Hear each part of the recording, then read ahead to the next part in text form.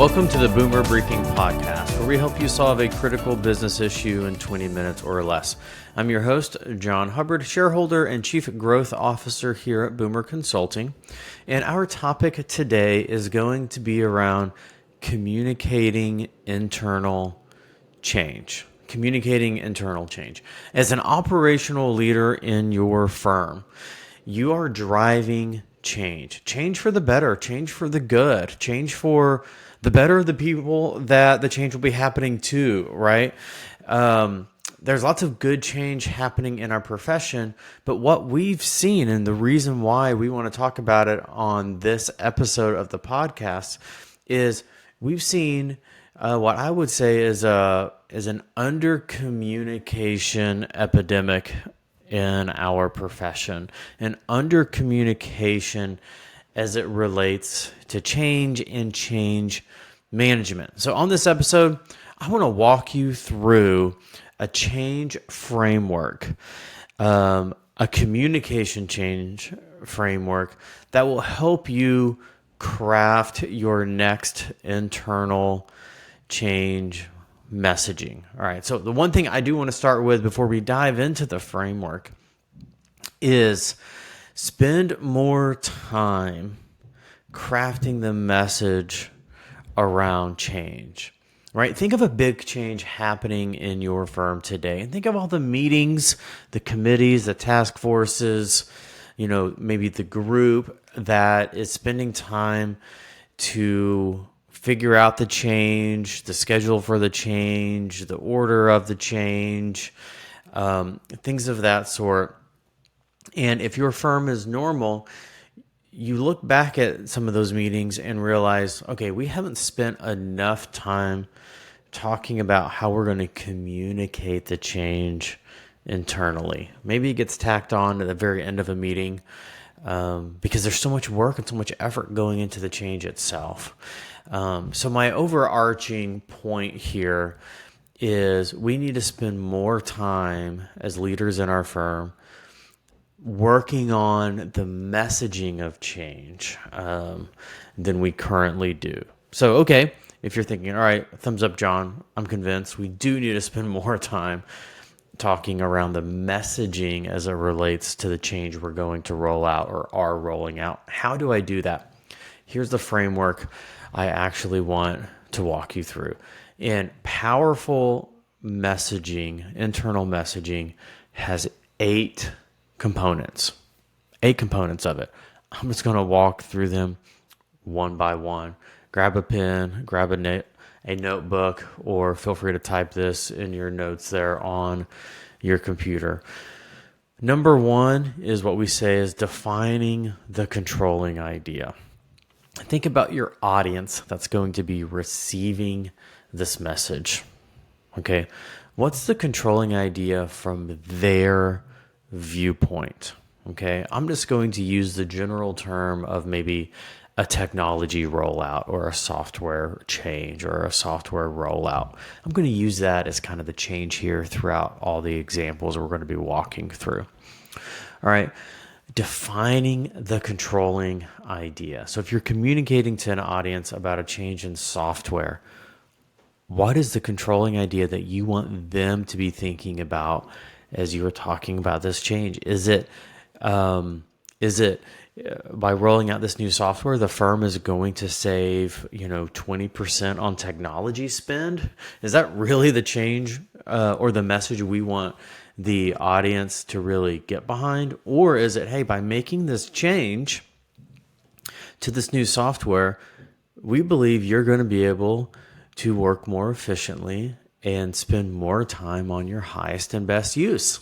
All right, that's a really compelling message as it pertains to the change. So what is the controlling idea we want the recipients of the message to be thinking about? What's the statement we want them to be repeating in their head over and over again? This has to be tailored to them, okay, to the audience.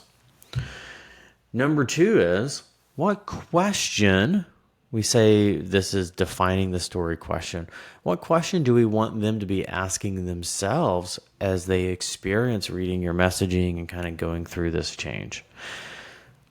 So, for example, the question we want them to be asking themselves is, how will this technology or software allow me to work more efficiently? How will it allow me to reduce the manual tasks that I have to do to get my work done, right? There's a question that we want our audience to be asking themselves when we're rolling out change, and we need to give them that question. If we don't give them that question, they're going to be coming up with their own questions.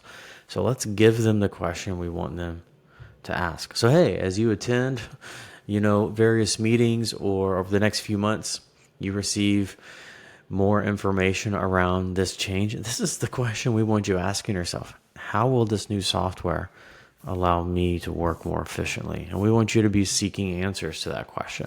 Okay? Number 3 is agitating a problem. We need to be able to clearly communicate, again, to the audience that we're communicating to. What problems are we solving here? What problems exist that we want to get rid of, that we want to solve, right? So maybe agitating the problem is, as we're communicating internally, we know you work extremely hard, and we know that our current process has a lot of manual tasks associated with it, things you have to do manually, because maybe our current software isn't able to provide you kind of the tools and the features that you actually deserve. Okay. And so part of rolling out this new software, or changing to this new software, is we want to reduce some of the problems you're having to experience. That is agitating a problem. Okay. And we need to be able to talk about the problems that we're solving. Okay, so a quick recap. Number 1 is defining the controlling idea. This is the statement we want people to be repeating in their head. What's the main idea for the audience that's going to be receiving the message? Number 2 is defining the story question. What question do we want people to be asking themselves? Okay, when engaging with your messaging or some of the information coming out with regards to the change. And what problem are we solving? That's the first 3 there. 4, define the stakes. Why is solving this problem important? Okay. Help me understand that if we're moving to this new software and we're going to be solving a few key problems, why are those problems important? Don't let the answer to that question or to those questions be implied. Communicate it. Here's why it's important. Lay it out for people. Okay. Number 5 is position yourself as the guide. Now, most large change happening in firms is coming from the leadership team, the executive team, or maybe a task force, a committee, and things of that sort. As we roll out change, we need to be able to position that group, again, whether it's the leadership team, executive committee, working group committees around this change. We need to be able to position those groups as the guide to those receiving the message internally of why this change should happen. And a guide needs 2 things. A guide needs to be able to say, hey, we understand what it's like to be in your shoes, to experience this change. And we also need authority. We also need to be able to say, hey, we've been embarking on a 6-month process where we've demoed, all the software is out there. We've talked to you in terms of what is working and not working with our current software. We need to be able to bake that into our communication. So we are really positioning ourselves as the guide to help them reduce their problems that they're having to experience to ultimately get more of what they want, right? Which is the first part of our messaging that I just covered. All right. So positioning yourself as the guide. And then number 6 is we have to give the audience a plan. We need to be able to lay out to them what's our ask of them? How do we ask them to engage in the plan? I was actually working with a firm on this not too long ago. And the plan we came up with is, hey, step 1 is we want you to attend one of the upcoming demos of the new software.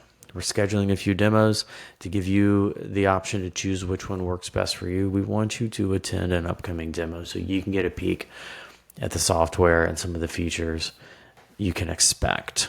Okay. Step number 2 is we want your initial feedback, your questions, your concerns, your ideas. And then step 3 is ultimately we're going to be having training sessions scheduled in the coming months. We want you to attend and sign up for one of those training sessions. So we're actually giving them the plan, right? Too often we roll out big change and people think, okay, I kind of get why we're doing that, but what am I supposed to do now? Or what should I anticipate doing? How do I anticipate engaging in that change? We need to lay it out for them. So step 6 is giving that audience the plan. Step 7 is really driving home the call to action. I've reviewed dozens of internal communications for firms as they roll out internal change, and I will read lengthy emails or lengthy documents, and I will read it and I will say, okay, I just read it. I'm still unclear on what you want the recipient to do. What's the clear call to action? So we got to lay out clear calls to action in all of our communication. So it might be sign up for that demo. Instead of burying that at the bottom of the email, that needs to be the subject line, and that needs to be at the top of the email. And then we can add additional information there at the bottom, but we have to make abundantly clear the calls to action. And then number 8 this is called foreshadowing the climactic scene. This is, hey, once we're on that new software, for example, what can you expect your working life to be like? Right? You will be able to more efficiently get your work done. You'll be able to benefit from more automations or more connections with other softwares. You'll be able to reduce how much time you're spending kind of doing manual or redundant tasks. We have to tell them those things. Don't let that be implied. We have to communicate those things to them. So those are the 8 components. These are full workshops in terms of, full day workshops could be done on just this as well. But on this episode of the podcast, we wanted you to get the walkthrough. So here's a quick recap of the 8 steps. 1, define the controlling idea. 2, define the story question. 3, agitating a problem. 4, defining the stakes. 5, position yourself as the guide. 6, give the audience a plan. 7, call the audience to action. And 8, foreshadowing the climactic scene. Those are the 8 steps. This framework is one we use and that we can help firms with.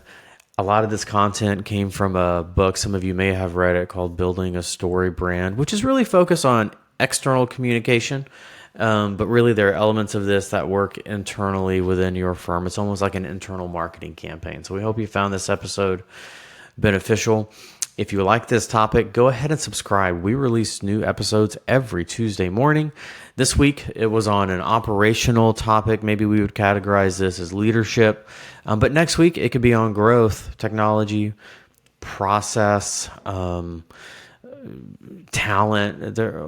We cover topics across a variety of areas, but the common theme among those topics is they're all critical to your firm's success. So thank you for listening.